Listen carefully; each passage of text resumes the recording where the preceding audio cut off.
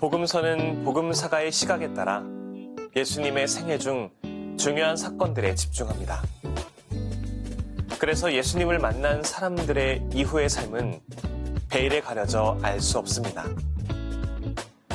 오늘 함께 읽을 책은 작가의 상상력으로 복음의 여백에 색을 입히고 이름 없던 인물들에게 이름을 부여하면서 2000년 전의 이야기를 생생하게 되살렸습니다. 그 살아있는 신앙 여정을 따라가면서 독자들은 우리에게 전해진 신앙이 얼마나 커다란 선물인지 깨닫게 됩니다. 사자가 포효하듯 예수님의 생애를 전했던 마르코 복음사가의 외침이 우리에게 강렬하게 들려오기 때문입니다.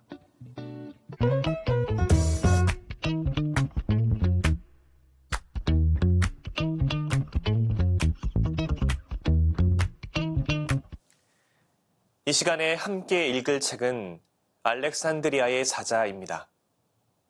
이 책은 마르코 복음사가를 주인공으로 쓴 전기 형식의 소설입니다.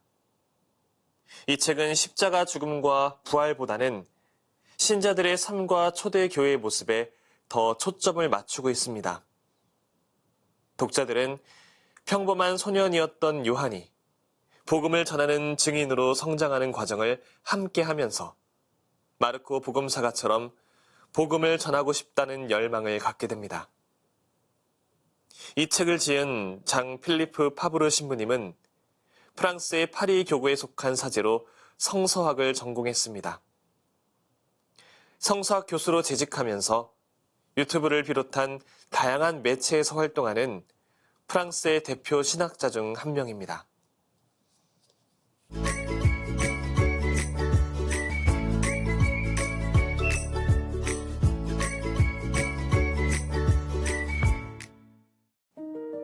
나의 마음속에서 모든 것이 들어맞기 시작했다.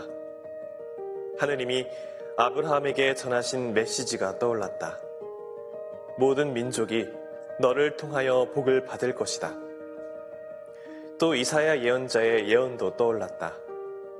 모든 민족이 너의 광명을 향하여 오리라.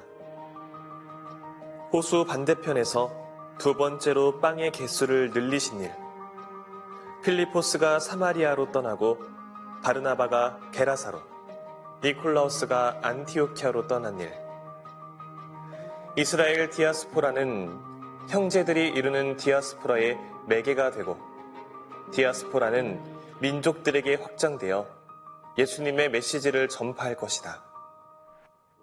데키무스와 안토니오는 세례를 받을 수 있을 것이다. 나는 그 사실을 확신했고 이해했다. 모든 것이 의미를 띠었다. 이는 로마 제국 전역, 전 세계로 알려진 경계 너머로 지브롤터의 기둥 너머로 확대되는 놀라운 전망이었다. 또 내가 오래전부터 마음속으로 예감하던 반전이었다. 우주가 팽창하는 것이다. 나는 로마 제국의 끝까지 가리라. 메시지를 전하는 사람 가운데 하나가 되리라.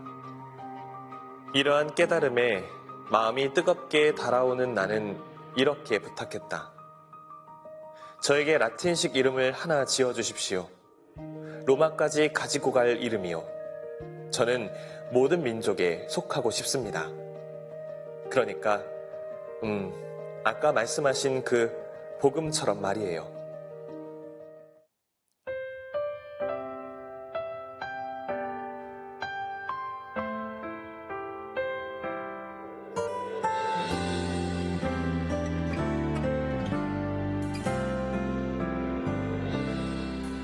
그때 11 제자는 모두 갈릴레아로 떠났네. 주님 분부대로 다시 오신 예수님, 모든 민족들을 다 제자로 삼으라고 하셨네. 주님의 말씀을 전하세. 사랑과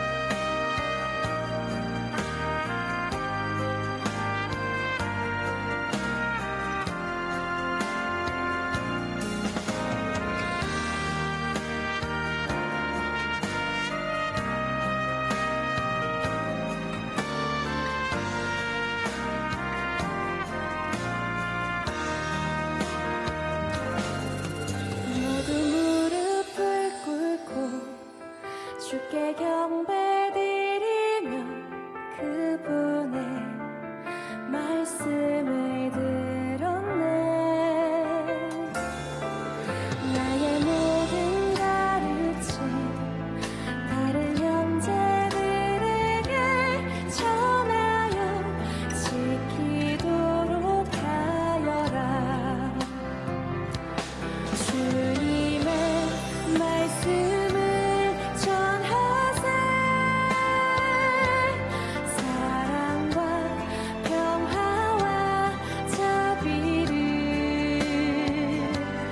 목소리 높여서 외쳐라. 세상 끝날까지 영원하리라. 주님의 말씀을 전하세. 사랑과 평화와 자비를 목소리 높여서 외쳐라. 세상 끝날까지 영원하리라. 주님의 말씀을 전하세. 사랑과 평화와 자비를 목소리 높여서 외쳐라. 세상 끝날까지 영원하리라. 세상 끝날까지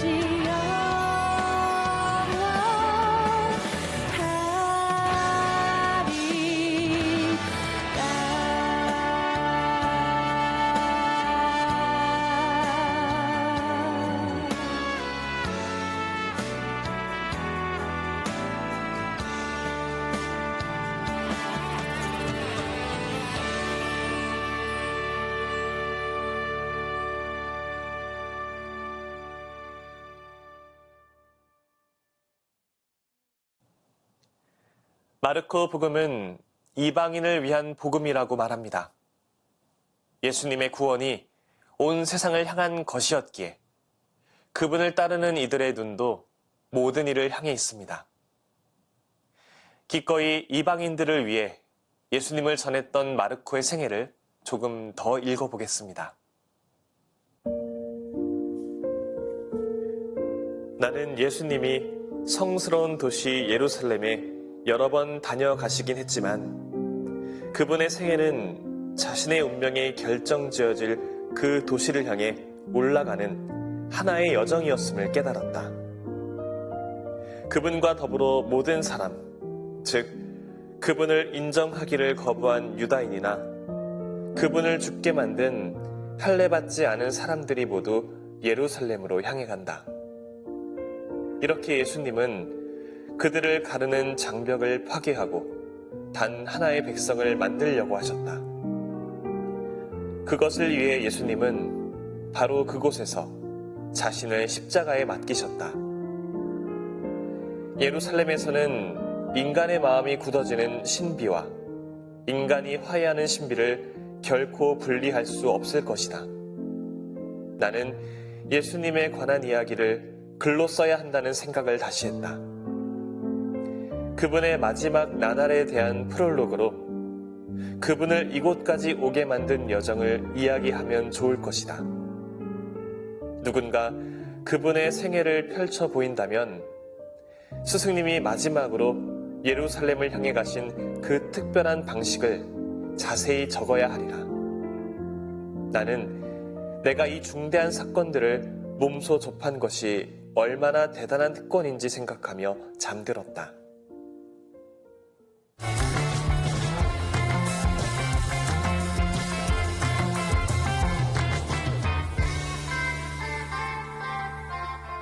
알렉산드리아의 사자는 신앙인들에게 익숙한 마르코 복음사가의 생애와 그가 마르코 복음서를 쓰게 된 경위를 소설로 풀어낸 작품입니다.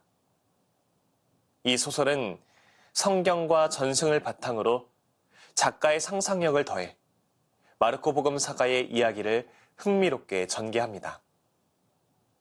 작가적 상상을 통해 전개되는 소설이지만 작가가 성서학자로 활동했던 만큼 성서적 맥락과 역사적 맥락을 충실히 따르고 있으며 작가적 상상은 이 맥락들을 더욱 풍성하게 해주는 역할을 하고 있습니다.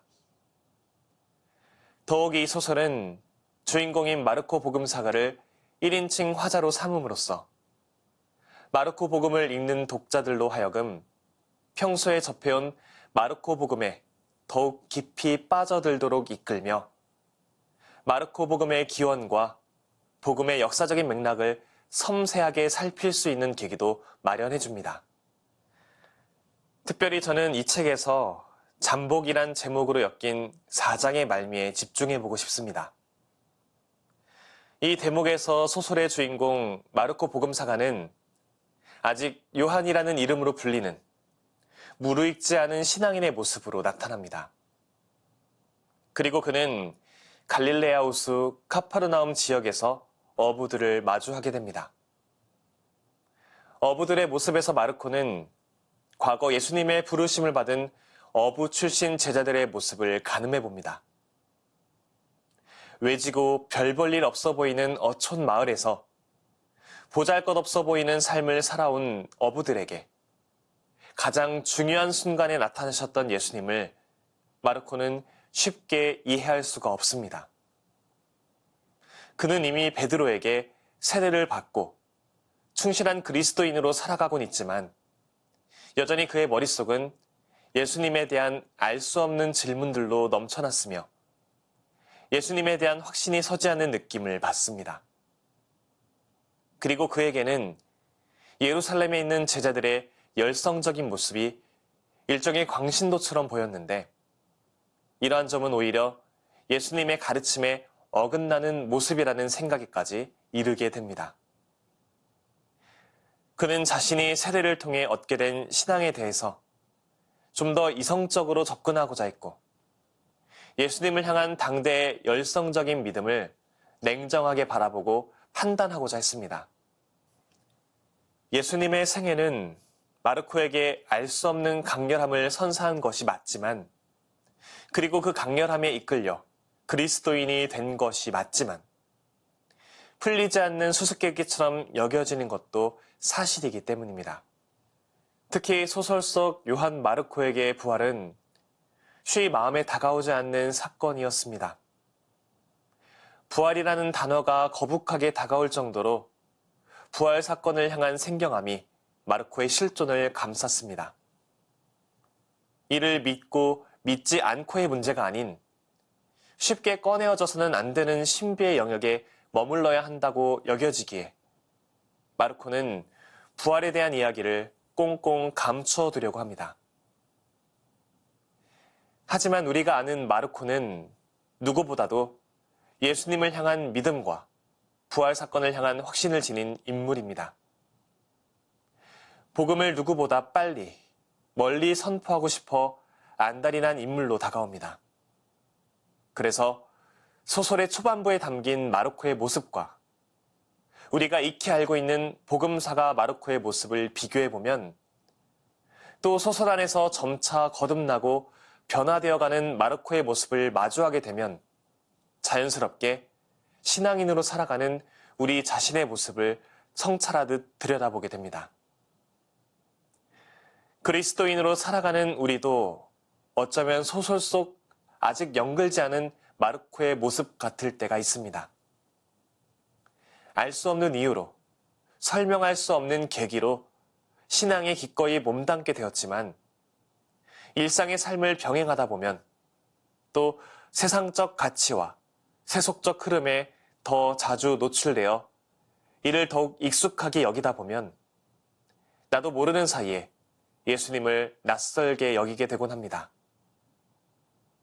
또 부활이 지닌 의미가 현실로 와닿지 않고 그저 사제의 입으로 봉독되는 복음 말씀 안에만 머무는 것처럼 다가오거나 성경 텍스트 밖으로 나오지 못하는 옛 이야기 정도로 받아들이는데 그칠 때도 있습니다. 내가 살고 있는 현실에 치이다 보면 복음적 가치를 부차적인 것으로 미루어 두거나 사치처럼 여길 때도 있습니다. 그렇게 참된 그리스도인으로 살아가기 녹록치 않은 우리들에게 소설 속 마르코의 모습은, 그 중에서도 특히 아직 무르익지 않은 요한 마르코의 모습은 위로와 용기를 전해줍니다. 소설이 품은 마르코의 모습을 토대로 마르코 복음이 지닌 의미와 가치를 새로이 탐구해 볼 수 있으면 좋겠습니다. 그러한 탐구의 과정을 바탕으로 우리를 끝까지 포기하지 않으시고 당신의 섭리대로 우리를 이끌어 주시는 주님의 넘치는 사랑과 은총을 다시금 우리 마음에 새겨볼 수 있으면 좋겠습니다. 모든 사람이 이야기의 끝부분에서 바로 그런 반전을 이해해야 해. 우리가 부활에 대한 이야기를 생략하기는 하지만 그렇게 이야기가 급작스럽게 끝남으로써 모두 제자로서 서 있는 자리를 되돌아보게 돼. 모든 제자는 베드로와 똑같은 경험을 하도록 부름을 받지. 부활에 대한 감각적인 증거를 찾아 헤매는 것이 아니라 자신의 나약함 안에서 겸허하게 다른 사람들의 말, 궁극적으로는 예수님의 말씀을 신뢰하는 것이지. 예수님께서 부활하신 이유는 그렇게 이야기되어서가 아니라 그분이 그렇게 예견하셨기 때문이야. 실바누스는 설득되지 않았다. 하지만 베드로와 나는 완고하게 버텼고, 우리는 여자들이 겁에 질려 무덤에서 달아났고 아무에게도 말을 하지 않은 것으로 이야기를 마무리했다. 독자는 그 수수께끼 같은 결말을 읽으면서 각기 자신의 부활의 소식을 전해 들은 방식에 대해, 그리고 그 놀라운 소식과 그 이야기를 전하는 사람들에게 자신이 취하는 자세에 대해 깊이 생각하게 될 것이다. 마르코 복음은 열린 결말로 끝이 납니다. 온 마음을 다해 예수님의 생애를 함께했던 독자들에게는 허망한 결말일 수도 있습니다. 하지만 마르코라고도 하는 요한은 독자들에게 온전히 그 결말을 내맡깁니다. 그리고 우리는 위완인 하느님의 아드님 예수 그리스도의 복음의 끝을 각자의 방식대로 써야 합니다. 우리가 부활의 증인이기 때문입니다. 저는 다음 시간에 새로운 책으로 돌아오겠습니다. 평범한 일상 속에서 지혜를 발견하는 시간, 책. 지금까지 함께 해주신 여러분 감사합니다.